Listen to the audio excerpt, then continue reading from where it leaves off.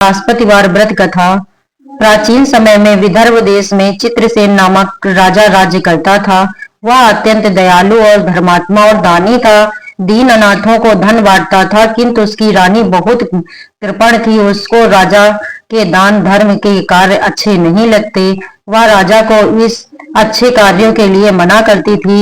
एक दिन की बात है कि राजा तो शिकार खेलने वन में गए हुए थे। घर पर रानी व उसकी दासी थी। उस समय बृहस्पति देव एक साधु का रूप धारण कर राजा के दरबार पर भिक्षा मांगने आए। तो रानी कहने लगी, हे साधु महाराज, मैं इस दान पुण्य से तंग आ गई हूँ। इन कार्यों के लिए तो मेरे पतिदेव ही बहुत है। अब आप इस प्रकार की कृपा करें कि यह सब धन नष्ट हो जावे, तो मैं आराम से रह सकूं। साधु बोले, हे देवी, धन से तो कोई दुखी नहीं होता, इसको सभी चाहते हैं। पापी पुत्र और धन की इच्छा करते हैं। अगर आपके पास धन अधिक है तो भूखे मनुष्यों को भोजन कराओ, प्याऊ लगवाओ, गरीबों को दान दो, धर्मशाला बनवाओ, कुआं तालाब आदि निर्माण कराओ, निर्धन मनुष्यों की कुंवारी कन्याओं का विवाह कराओ। इस प्रकार के कर्मों से आपके कुल और आपका नाम परलोक में सार्थक होगा। रानी इन बातों से खुश ना हुई, बोली, हे साधु महाराज, मुझे ऐसे धन की आवश्यकता नहीं जिसे दान दूं या किसी को रखने में मेरा सारा समय बर्बाद हो जाए। साधु ने कहा, देवी, तुम्हारी ऐसी इच्छा है तो ऐसा ही होगा। मैं तुम्हें बताता हूँ, वैसा करना।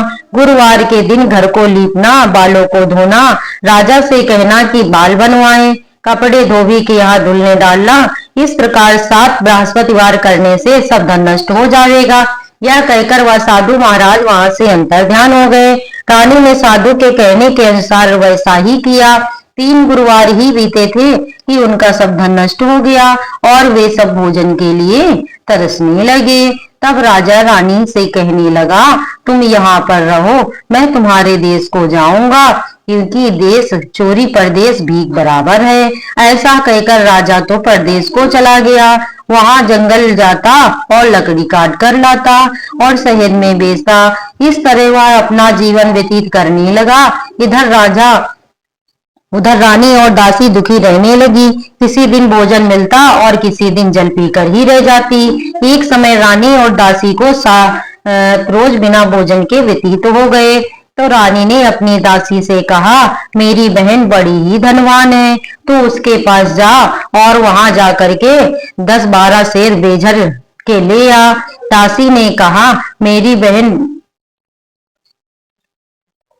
ठीक है, मैं जाती हूँ। रानी की बहन मांग ला, जिससे कुछ समय के लिए गुजर हो जाएगी। रानी की आज्ञा से दासी उसकी बहन के पास गई। रानी की बहन उस समय पूजन कर रही थी। दासी रानी की बहन को देखकर बोली, रानी जी, मुझे आपकी बहन ने भेजा है, मेरे लिए कुछ बेझर दे दो। दासी ने यह बात अनेक बार कही, परंतु रानी ने कुछ उत्तर ना दिया। वह अपने भजन पूजन में लगी रही। इस प्रकार जब बांदी को किसी प्रकार का उत्तर नहीं मिला तो वह बहुत दुखी हुई और लौटकर अपनी रानी के पास आकर बोली, हे रानी, आपकी बहन तो बहुत ही अभिमानी है, वह छोटे लोगों से बात भी नहीं करती। रानी बोली, हे दासी, इसमें उसका कोई दोष नहीं है। जब बुरे दिन आते हैं तब कोई सहारा नहीं देता, यह हमारे भाग्य का ही तो दोष है। पूजा से उठने पर उधर रानी ने सोचा, बहन की दासी आई, परंतु मैं उससे नहीं बोली। यह सोचकर वह अपनी बहन के घर चल दी और जाकर अपनी बहन से कहने लगी, हे बहन, मैं बृहस्पति देव का व्रत कर रही थी। जब तक कथा होती है तब तक न बूटते हैं न बोलते हैं, इसलिए मैं नहीं बोली। कहो दासी क्यों गई थी? रानी बोली, बहन, हमारे अनाज नहीं था, जिस कारण मैं दासी को तुम्हारे पास 25 शेर बेझर लेने के लिए भेजा था। तब रानी की बहन बोली, बृहस्पति भगवान सब इच्छा पूर्ण करते हैं। अरे हाँ, अनाज तो तुम्हारे घर में भी रखा होगा। जब रानी घर के अंदर गई तो वहां उसे एक कोठी बेझर से भरी मिल गई। अब तो रानी और दासी बहुत खुश हुई। दासी कहने लगी, हे रानी, देखो, वैसे भी हमको जब भोजन नहीं मिलता तो उस रोज निराहार ही रहते हैं। इससे व्रत की बुद्धि और कथा पूछ ली जावे तो हम भी यह व्रत किया करें। रानी ने बहन से पूछा कि बहन, बृहस्पति भगवान का व्रत कैसे करना चाहिए? रानी की बहन ने कहा, गुरुदेव के व्रत के से में कहानी सुनकर चने की दाल और मुनक्का आदि से विष्णु भगवान को केले की जड़ में प्रतिष्ठित कर पूजन कर दीप जलाते हैं, पीला भोजन करते हैं। भगवान का गुणगान कीर्तन करने से सभी की मनोकामनाएं पूर्ण होती हैं। तब रानी व दासी ने निश्चय किया कि वे भी बृहस्पति देव का व्रत पूजन किया करेंगी। गुरुवार का दिन आया तो उन्होंने भी व्रत रखा। दासी घुड़साल से चना गुड़ ले आई। उन्होंने केले की जड़ में विष्णु भगवान का पूजन किया और कथा सुनी। अब पीला भोजन कहाँ से आवे, यह सोचकर बिचारी बड़ी दुखी हुई। उन्होंने व्रत किया था। गुरु भगवान प्रसन्न हुए। वे दोनों थालों में सुंदर भोजन लेकर आए और दासी को देकर बोले, लो यह तुम्हारे और रानी के लिए भोजन है। तब दासी रानी से बोली, चलो भोजन कर लो। रानी को पता नहीं था, इसलिए वह बोली, तू हमारी हंसी क्यों उड़ाती है। दासी बोली, रानी जी, अभी एक महात्मा हम दोनों के लिए भोजन दे गए हैं। तब दोनों ने गुरु भगवान को प्रणाम कर भोजन किया। फिर तो वे प्रत्येक गुरुवार को विष्णु भगवान का व्रत और पूजन करने लगी। गुरुदेव की कृपा से रानी के पास फिर से धन हो गया, किंतु रानी उसी प्रकार आलस करने लगी। तब दासी बोली, देखो रानी जी, तुम पहले भी इस प्रकार आलस करती थी, इससे सब धन नष्ट हो गया। अब गुरु भगवान की कृपा से फिर धन मिला है, इसलिए आपको दान पुण्य करना चाहिए। अब आप भूखे मनुष्यों को भोजन कराओ, मंदिर पाठशाला बनवा के दान दो, कुंवारी कन्याओं का विवाह कराओ। इस तरह धन को शुभ कार्यों में खर्च करो, जिससे तुम्हारे कुल का यश बढ़े तथा स्वर्ग प्राप्त हो, जिससे पितर भी प्रसन्न होंगे। दासी की बात मान रानी ने धर्म कर्म और दानादि करना प्रारंभ कर दिए।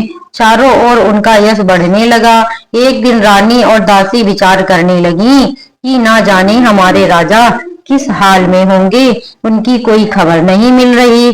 तब उन्होंने गुरु भगवान से उनके लिए प्रार्थना की, तो भगवान ने रात्रि में राजा को स्वप्न में कहा कि हे राजा, तेरी रानी तुझको याद करती है, अब तू अपने देश को जा। राजा प्रातः काल उठा और विचार करने लगा। स्त्री जाति खाने पहनने की संगिनी होती है, पर भगवान की आज्ञा मानकर वह अपने नगर के लिए चलने को तैयार हुआ। इससे पूर्व जब राजा परदेश चला गया था तो वह परदेश में दुखी रहता था। प्रतिदिन जंगलों में लकड़ी बीन कर लाता और उन्हें शहर में बेचकर मुझे अपने जीवन को बड़ी कठिनता से व्यतीत करता था। एक दिन राजा दुखी होने लगा। तब उस जंगल में दयालु बृहस्पति देव एक साधु का रूप धारण कर आए और बोले, हे लकड़ारे, तुम इस सुनसान जंगल में किस चिंता में बैठे हो, मुझको बताओ। साधु की वंदना कर राजा बोला, हे प्रभु, आप सब कुछ जानने वाले हो। इतना कहकर राजा ने अपनी संपूर्ण कहानी सुना दी। तब महात्मा दयालु होते हैं, उससे बोले, हे राजा, तुम्हारी स्त्री ने बृहस्पति देव का अपराध किया था, जिस कारण तुम्हारी यह दशा हुई थी। अब तुम किसी बात की चिंता मत करो, भगवान तुम्हें पहले से अधिक धनवान करेगा। देखो, तुम्हारी स्त्री ने गुरुवार का व्रत आरंभ कर दिया है। तुम भी मेरा कहा मानकर बृहस्पतिवार को व्रत रखकर चने की दाल और गुड़ लोटे में डालकर केले के वृक्ष का पूजन कर कथा कहो और सुनो, भगवान तुम्हारी सब मनोकामना को पूर्ण करेंगे। साधु को प्रसन्न देख राजा बोला, हे प्रभु, लकड़ी बेचकर मुझे इतना पैसा नहीं मिलता जिससे भोजन करने के बाद कुछ बचा सको। मैंने रात्रि में अपनी रानी को भी व्याकुल देखा है, मेरे पास कुछ भी नहीं है जिससे उसकी खबर भी मांगा सकूं। फिर मैं कौन सी कथा कहूं, या मुझे कुछ भी मालूम नहीं। साधु ने कहा, तुम किसी बात की चिंता मत करो, बृहस्पतिवार के दिन तुम रोजाना की तरह लकड़ियां लेकर शहर जाओ, तुम्हें रोज से दुगना धन प्राप्त होगा, जिससे तुम पेट भर भोजन कर लोगे तथा बृहस्पति देव की पूजा का सामान भी आ जाएगा। बृहस्पतिवार की कहानी कार प्राचीन काल में एक बहुत निर्धन ब्राह्मण रहता था। उसकी कोई संतान नहीं थी। उसकी स्त्री बहुत मलिनता के साथ रहती थी। वह न स्नान करती, न किसी देवता का पूजन करती। प्रातः काल उठते ही वह सर्वप्रथम भोजन करती, बाद में कोई अन्य काम करती। ब्राह्मण देवता बड़े दुखी थे। बेचारे बहुत कुछ कहते, किंतु उनका परिणाम ना कुछ निकलता। भगवान की कृपा से ब्राह्मण की स्त्री के कन्या रूपी रत्न पैदा हुआ। वह धीरे धीरे बड़ी होने लगी। बालिका प्रातः काल स्नान करके विष्णु भगवान का जप और गुरुवार का व्रत करने लगी। अपने पूजन को समाप्त करके वह स्कूल जाती समय मुट्ठी में जौ भर के ले जाती और स्कूल के मार्ग में डालती जाती। वे जौ स्वर्ण के हो जाते, जिन्हें लौटते समय वह बीन कर ले आती थी। एक दिन वह बालिका सूप में सोने के जौ फटक कर साफ कर रही थी कि उसके पिता ने देख लिया तो कहा, बेटी, सोने के जौ फटकने के लिए सोने का सूप होना चाहिए। दूसरे दिन गुरुवार था। कन्या ने व्रत रखा और बृहस्पति देव से प्रार्थना करके कहा, हे प्रभु, मैंने आपकी पूजा सच्चे मन से की हो तो मेरे लिए सोने का सूप भी दे दो। बृहस्पति देव ने उसकी प्रार्थना स्वीकार कर ली। नित्य की भांति वह जौ डालती हुई पाठशाला गई। जब लौटते समय आई तो भीन रही थी तो बृहस्पति देव की कृपा से उसे वहां सोने का सूप मिला। उसे वह घर ले आई और वह उससे जौ साफ कर रही थी। घर में सब प्रकार का सुख और मंगल हो गया। एक दिन की बात है कि वह कन्या सोने के सूप के जौ फटक कर साफ कर रही थी। उसी समय नगर का राजकुमार वहां होकर निकला। इस कन्या के रूप और कार्य को देखकर बहुत ही मोहित हो गया। वह घर जाकर भोजन तथा जल त्याग कर उदास होकर लेट गया। राजा को जब इस बात का पता लगा तो वह अपने प्रधानमंत्री के साथ उसके घर आए और बोले, बेटा, तुम्हें किस बात का कष्ट है? किसी ने तुम्हारा अपमान किया अथवा कोई भी अन्य कारण हो सो कहो, मैं वही कार्य करूंगा जिससे तुम्हारी प्रसन्नता हो। राजकुमार बोला, पिताजी, आपकी कृपा से किसी बात का दुख नहीं। मैं उस लड़की के साथ विवाह करना चाहता हूँ जो सोने के सूप में जौ साफ कर रही थी। यह सुनकर राजा आश्चर्य में पड़ गया और बोला, बेटा, ऐसी कन्या का पता तुम हमें बताओ, मैं उसके साथ तेरा विवाह अवश्य करा दूंगा। राजकुमार ने उस लड़की के घर का पता बताया तो मंत्री उस लड़की के घर गए और ब्राह्मण से सभी हाल कहा। वह ब्राह्मण अपनी कन्या का विवाह राजकुमार से करने के लिए तैयार हो गया। ब्राह्मण ने एक शुभ मुहूर्त में कन्या का विवाह राजकुमार के साथ कर दिया। कन्या के घर से जाते ही उस ब्राह्मण के घर में पहले की भांति गरीबी का निवास हो गया।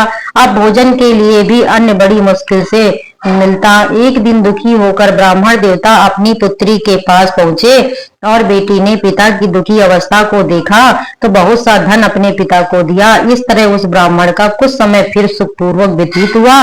कुछ दिन बाद ब्राह्मण फिर अपनी कन्या के यहाँ गया।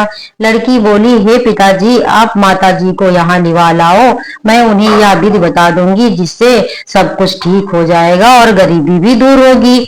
वह ब्राह्मण अपनी स्त्री को साथ लेकर कन्या के घर पहुंचे तो ये पुत्री अपनी माँ को समझाने लगी, ये माँ, तुम प्रातः काल उठकर इस प्रथम स्नान करके विष्णु भगवान का पूजन किया करो। परंतु उसकी माँ ने एक भी बात नहीं मानी। वह प्रातः काल उठकर अपनी पुत्री के बच्चों का जूठन उठाकर खा लेती और जब उसकी पुत्री पूजा आदि के लिए कहती तो कह देती, मैंने खाना खा लिया है। एक बार गुरुवार के दिन पुत्री ने रात में एक कोठरी से खाने का सभी सामान निकाला और अपनी माँ को उसमें बंद कर दिया। प्रातः काल उसमें से उसे बाहर निकाला तथा स्नान आदि करा के पूजन करवाया। उसके माँ से प्रत्येक गुरुवार को व्रत करने लगी। इस व्रत के प्रभाव से उसकी अज्ञानता का नाश हो गया। बृहस्पति देव के प्रभाव से वह अपने पति से सुख भोग कर अंत में स्वर्ग को गई। इस तरह कथा सुनकर साधु देवता सुनाकर वहां से अंतर ध्यान हो गए। धीरे धीरे समय व्यतीत होने पर बृहस्पतिवार का दिन आया। राजा जंगल में लकड़ी काटकर शहर बेचने गया। उसे उस दिन और रोज से ज्यादा पैसे मिले। राजा ने चने की दाल आदि लाकर व्रत किया। अब तो उसके सभी क्लेश दूर होने लगे, परंतु एक गुरुवार का व्रत रखना भूल गया। इस कारण बृहस्पति देव नाराज हो गए। उस दिन वहां के राजा ने विशाल यज्ञ का आयोजन किया था। शहर में यह घोषणा करा दी कि कोई भी मनुष्य अपने घर भोजन ना बनावे, ना चूल्हे में आग जलावे। समस्त जनता मेरे यहाँ भोजन करने आवे। इस आज्ञा को जो ना मानेगा उसको सजा दी जाएगी। राजा के आज्ञा अनुसार शहर के सभी लोग भोजन करके चले गए, मगर वह लकड़हारा कुछ देर से पहुंचा, इसलिए राजा उसको अपने साथ महल लिवा ले गए। जब वह भोजन करा रहे थे तो रानी की नजर खूंटी पर पड़ी जिस पर उसका हार लटक रहा था। अब हार वहां नहीं था। रानी ने कहा कि मेरा हार इसी मनुष्य ने चुरा लिया है। राजा ने उसको जेल खाने में डलवा दिया। जब राजा जेल खाने में पड़ गया तो विचार करने लगा कि न जाने कौन से कर्म से मेरे लिए यह दुख प्राप्त हुआ है। वह उस साधु को याद करके रोने लगा। तो साधु देव बृहस्पति देव साधु के रूप में प्रकट हो गए और उसकी दशा देखकर कहने लगे, अरे मूर्ख, तूने इस बार बृहस्पति देव का व्रत नहीं किया, इस कारण तेरे लिए ये दुख प्राप्त हुआ है। अब तू चिंता मत कर, बृहस्पतिवार के दिन जेल खाने के दरवाजे पर कुछ पैसे पड़े मिलेंगे, तू सामान मंगाकर व्रत करना। ऐसा ही हुआ। राजा ने कथा कही। उसी रात को बृहस्पति देव ने उस राजा को स्वप्न में कहा, हे राजा, तुमने जिस आदमी को जेल खाने में बंद किया है वह निर्दोष है, उसे छोड़ देना। रानी का हार तो उसी खूंटी पर लटका है, अगर ऐसा नहीं करेगा तो मैं तेरे राज्य को नष्ट कर दूंगा। राजा प्रातः काल उठा और खूंटी पर हार देखकर लकड़हारे को बुलाकर माफी मांगी तथा राजा के योग सुंदर वस्त्र आभूषण देकर विदा किया। जब गुरुदेव की आज्ञा अनुसार राजा अपने नगर को चल दिया। राजा जब अपने नगर के निकट पहुंचा तो उसे बड़ा आश्चर्य हुआ। नगर में पहले से अधिक बाग और तालाब हुए तथा बहुत सी धर्मशाला मंदिर बन गए थे। राजा ने पूछा, यह किसका बाग और धर्मशाला है? तब नगरवासी कहने लगे, यह सब रानी और बांदी के हैं। राजा को यह सोचकर बड़ा गुस्सा आया। जब रानी ने यह खबर सुनी कि राजा आ रहे हैं तो उसने अपनी बांदी से कहा, हे दासी, देख राजा हमको कितनी बुरी हालत में छोड़कर गए थे, कहीं ऐसी हालत देखकर कुछ संदेह करके लौट ना जाएं। दासी राजा को अपने साथ लिवा लाई। राजा ने क्रोध करके अपनी तलवार निकाली और रानी से पूछा कि इतना धन तुम्हें कैसे प्राप्त हुआ? तब रानी ने कहा, हमें यह सब धन बृहस्पति देव के व्रत के प्रभाव से प्राप्त हुआ। राजा यह सुनकर बहुत ही खुश हुआ। अब राजा ने निश्चय किया कि वह 7वें दिन तो सभी बृहस्पति देव का पूजन करते हैं, परंतु मैं प्रतिदिन कई बार कहानी कहूंगा। राजा के दुपट्टे में हर समय दाल बंधी रहती थी। वह दिन में 3 बार कहानी कहता। एक रोज राजा ने सोचा, चलो अपनी बहन के यहाँ हो आमे। यह सोचकर राजा घोड़े पर सवार हो अपनी बहन के यहाँ चल दिया। मार्ग में उसने देखा कि कुछ आदमी एक मुर्दे को लिए जा रहे हैं। उन्हें रोककर राजा कहने लगा, अरे भैया, बृहस्पति देव की कहानी सुन लो। वे बोले, लो, हमारा तो आदमी मर गया, इसी अपनी कथा की पड़ी है। कुछ आदमी बोले, अच्छा कहो, हम तुम्हारी कथा सुनेंगे। राजा ने दाल निकाली और कथा कही। तब कथा आधी हुई तो मुर्दा हिलने लगा और जब कथा समाप्त होने पर राम राम करके वह मुर्दा खड़ा हो गया। आगे मार्ग में एक किसान खेत में हल चलाता मिला। राजा उससे बोला, अरे भैया, मेरी बृहस्पतिवाद की कथा सुन लो। किसान बोला, जब तक मैं तेरी कथा सुनूंगा तब तक 4 हरया जोत लूंगा, अपनी कथा किसी और को सुनाना। राजा आगे चला, परंतु राजा के हटते ही बैल पछाड़ खाकर गिर गए तथा किसान के पेट में बहुत जोर से दर्द होने लगा। उसी समय उसकी माँ रोटी लेकर आई। उसने जब यह देखा तो अपने पुत्र से कारण पूछा। बेटे ने सभी हाल कह दिया तो बुढ़िया दौड़ी दौड़ी उड़ घुड़सवार के पास गई और बोली, तुम्हारी कथा मैं सुनूंगी, तुम अपनी कथा मेरे खेत पर चलकर कहना। राजा ने बुढ़िया के खेत पर कथा कही और जिसके सुनते ही बैल खड़े हो गए तथा किसान के पेट का दर्द दूर हो गया। यहाँ से राजा अपनी बहन के घर आ पहुंचा। बहन ने भाई की मेहमानी की। दूसरे दिन प्रातः काल राजा जागा तो उसने देखा कि सब लोग भोजन कर रहे हैं। राजा ने अपनी बहन से कहा कि ऐसा कोई मनुष्य है जिसने भोजन ना किया हो, वह मेरी बृहस्पतिवार की कथा सुन ले। बहन बोली, हे भैया, यह सभी लोग भोजन करते पहले और बाद में अन्य कोई कार्य करते। अगर कोई पड़ोस में हो तो मैं बुला लाती हूँ, परंतु उसे वहां ऐसा कोई व्यक्ति नहीं मिला जिसने भोजन ना किया हो। राजा के फिर कहने पर वह एक कुम्हार के घर गई जिसका लड़का बीमार था। उसे मालूम हुआ कि उसके यहाँ 3 रोज से किसी ने भोजन नहीं किया। रानी ने अपने भाई की कथा सुनने के लिए कहा तो वह तैयार हो गया। राजा ने उसके घर जाकर बृहस्पतिवार की कथा कही, जिसको सुनकर उसका लड़का ठीक हो गया। अब तो राजा की और व्रत की प्रशंसा होने लगी। एक दिन राजा ने अपनी बहन से कहा, हे बहन, अब हम अपने घर को जाएंगे, तू भी तैयार हो जा। राजा की बहन ने अपनी सास से कहा। सास बोली, हाँ चली जा, परंतु अपने लड़कों को मत ले जाना, क्योंकि तेरे भाई के कोई संतान नहीं है। बहन ने अपने भैया से कहा, हे भैया, मैं तो चलूंगी, परंतु कोई बालक नहीं जाएगा। राजा बोला, कोई बालक नहीं चलेगा तो तू ही क्या करेगी। बड़े दुखी मन से राजा अपने नगर को लौटा। राजा ने अपनी रानी से कहा, हम निर्वंशी हैं, हमारा मुख देखने का धर्म नहीं। दुखी हो उसने कुछ भोजन आदि भी नहीं किया। रानी बोली, हे प्रभु, बृहस्पति देव ने हमें सब कुछ दिया है, हमें संतान भी अवश्य देंगे। उसी रात को बृहस्पति देव ने राजा को स्वप्न में कहा, हे राजा, अब सोच को त्याग दे, तेरी रानी गर्भ से है। ऐसा सुनकर राजा को बड़ी खुशी हुई। 9वें महीने उसके पुत्र पैदा हुआ। राजा बोला, हे रानी, स्त्री बिना कहे नहीं रह सकती, इसीलिए मेरी बहन आवे तो तुम उससे कुछ मत कहना। रानी ने सुनकर हाँ कर दी। अब जब राजा की बहन ने यह शुभ समाचार सुना तो वह बड़ी खुशी से बधाई लेकर भाई के यहाँ आई। तब रानी बोली, मेरी ननद घोड़ा चढ़कर तो नहीं आई, गधा चढ़ के आई। राजा की बहन बोली, भाभी, यदि मैं ऐसा ना कहती तो तुम्हें संतान कैसे मिलती। बृहस्पति देव ऐसे ही दयालु हैं, अपने भक्तों की मनोकामनाएं पूरी करते हैं। जो सच्चे मन से बृहस्पतिवार का व्रत करता एवं पढ़ता एवं सुनता है और दूसरों को सुनाता है, बृहस्पति देव सदैव उसकी इच्छाएं पूर्ण करते हैं। बोलो बृहस्पति देव की जय।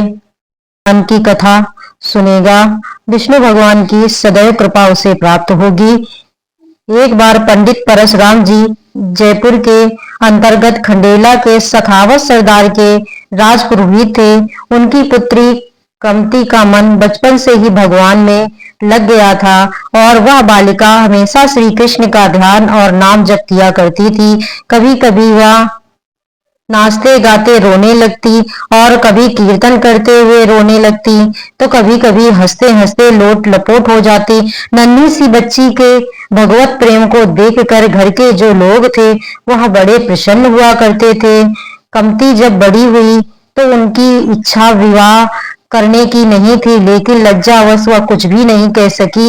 अब पिता ने एक अच्छा सा वर देखकर उनका विवाह कर दिया, लेकिन वह जब ससुराल वाले करमती को लेने के लिए आए तो वह बहुत व्याकुल हो उठी। जो शरीर श्याम सुंदर का हो गया उसे अब भला दूसरे के अधिकार में कैसे दिया जा सकता है, क्योंकि कमती ने तो बचपन से ही ठाकुर जी को, कान्हा जी को अपना पति मान लिया था। उन्होंने अपने भगवान से प्रार्थना शुरू कर दी और तो श्री वृंदावन चंद्र को पुकारता है, उसे तो अवश्य ही मार्ग मिल जाता है। करमती को भी एक उपाय सूझ गया। आधी रात के समय जब सब लोग सो गए तो वह अकेली बालिका चुपचाप घर से निकल पड़ी। कहा गई, वृंदावन के लिए सवेरे घर में करमती के न मिलने पर बड़ी हलचल मच गई। सब तरफ ढूंढना चालू हो गया। सब लोग खोजने लगे कि करमती कहाँ गई। अब कुछ लोग ऐसे भी थे जो करमती के चरित्र पर उंगली उठाने लगे, उनके बारे में उल्टी सीधी बातें करने लगे। लेकिन परशुराम पंडित जी जानते थे कि उनकी पुत्री कितनी पवित्र है, किंतु लोक लाज के भय से अपने यजमान राजा के पास गए। राजा ने अपने पुरोहित की सहायता के लिए चारों ओर घुड़सवार भेजे कि वह परशुराम पंडित जी की पुत्री करमती को ढूंढ कर लाए। इधर करमती नंगे पांव ही वृंदावन की ओर दौड़ी चली जा रही थी।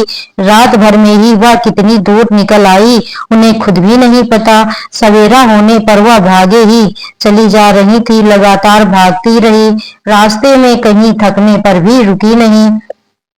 अब जब वह भागती जा रही थी तो उन्होंने अपने पीछे घोड़ों की टाप की आवाज सुनी। उन्हें डर लगा कि कहीं यह घुड़सवार उन्हें पकड़ने के लिए तो नहीं आ रहे। अब वो जहां वो दौड़ी चली जा रही थी वह सुनसान रास्ता था। आसपास ना कोई वृक्ष था जिसके पीछे वो छुप सकती और ना ही कोई दूसरे छुपने का स्थान था। उन्होंने देखा कि एक ऊंट मरा पड़ा था। रात में जो गीदड़ थे उन्होंने उसे मरे हुए ऊँट का पेट खा लिया था, तो पेट का जो हिस्सा था वो खोखला हो गया था। अब करमती की नजर ऊँट के पेट में बनी हुई गड्ढे नुमा जगह पर गई। उस समय वह सांसारिक विषयों की भयंकर दुर्गंध से भाग रही थी। उस मरे हुए ऊँट के शरीर से निकलने वाली गंध करमती को विषयों की दुर्गंध के सामने कुछ भी नहीं लगी। उन्हें ऐसा लगा कि जो विषयों की दुर्गंध है वह इस मरे हुए ऊँट के शरीर से निकलने वाली दुर्गंध से कहीं ज्यादा अच्छी है। तो भागकर वह ऊँट के पेट में घुस गई। अब घुड़सवार आए तो मारे दुर्गंध के उन्होंने उस ऊँट की ओर देखा भी नहीं। वहां से वह बड़ी तेजी से आगे निकल गए और अंत में जब उन्होंने देखा कि कहीं भी करमती नजर नहीं आई, चारों ओर सुनसान रास्ता है, तो वह वापस बिना करमती को लिए ही लौट गए। अब इधर घुड़सवार जब बिना करमती को लिए ही महल पहुंचे तो उन्हें खाली हाथ आया देखकर करमती के माता पिता भी अपनी पुत्री के बारे में जानने के लिए चिंतित हो गए, निराश हो गए।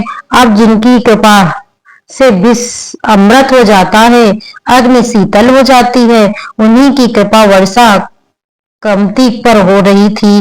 उधर ऊँट के सड़े हुए शरीर में वह करमती भूखी प्यासी 3 दिनों तक छिपी रही। उन्हें वापस घर लौटकर नहीं जाना था, उन्हें अपनी ससुराल नहीं जाना था और उन्हें तो अपने पति जिन्हें वह मान चुकी थी कान्हा जी, उन्हीं के पास रहना था। अब उस सड़े हुए ऊँट के शरीर की गंध उनके लिए सुगंध बन गई। जो गंध उठ रही थी वह उसे सुगंध के रूप में महसूस कर रही थी। 3 दिन रहने के बाद चौथे दिन वह उस ऊँट के पेट से बाहर निकली। अब इससे पहले वो कभी भी वृंदावन तो आई नहीं थी जो उन्हें रास्ते का सही पता मिल जाए। वह सोचने लगी कि किस दिशा की ओर आगे बढ़ा जाए। रास्ता अनजान, लेकिन जो सबका एकमात्र मार्गदर्शक है, उसकी ओर जाने वाले को कभी रास्ता ढूंढना नहीं पड़ता। रास्ता खुद ही उन्हें ढूंढ लेता है। करमती को साथ मिल गया और वह वृंदावन पहुंच गई। वहां पहुंची तो मानो आनंद के सागर में डूब गई हो। इधर जब परशुराम पंडित जी को अपनी पुत्री का कहीं भी पता नहीं लगा तो वे उन्हें ढूंढते हुए वृंदावन ही आ गए, क्योंकि वह जानते थे कि उनकी पुत्री कान्हा जी की कितनी बड़ी भक्त है।